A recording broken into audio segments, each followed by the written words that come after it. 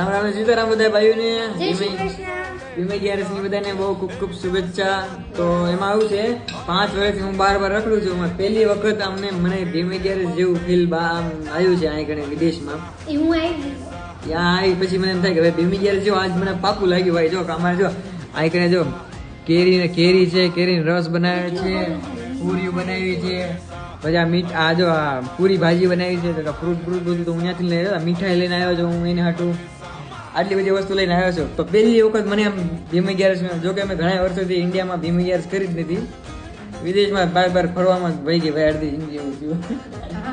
હાલો રામ રામ બધા ભાઈઓને. આખો વિડીયો જોવો હોય તો મિસ્ટર પ્રકાશ બ્લોગ કરીને છે, એમ આખો વિડીયો જોજો કે અમે ભીમે ગેરેજ આંકને અમે કઈ રીતે કરી. પછી અહીં બાજુવાળા છે શ્રીલંકા વાળા છે ને, એને ખવડાવી ભાઈ. આજે તમે કહેતા હતા ને કે ભાઈ શ્રીલંકા વાળાને કે આપણે ગુજરાતી ટેસ્ટ કરવા, આજે અમે ભીમે ગેરેજમાં કેરી પૂરી ભાજી ને કેરીનો રસ એમ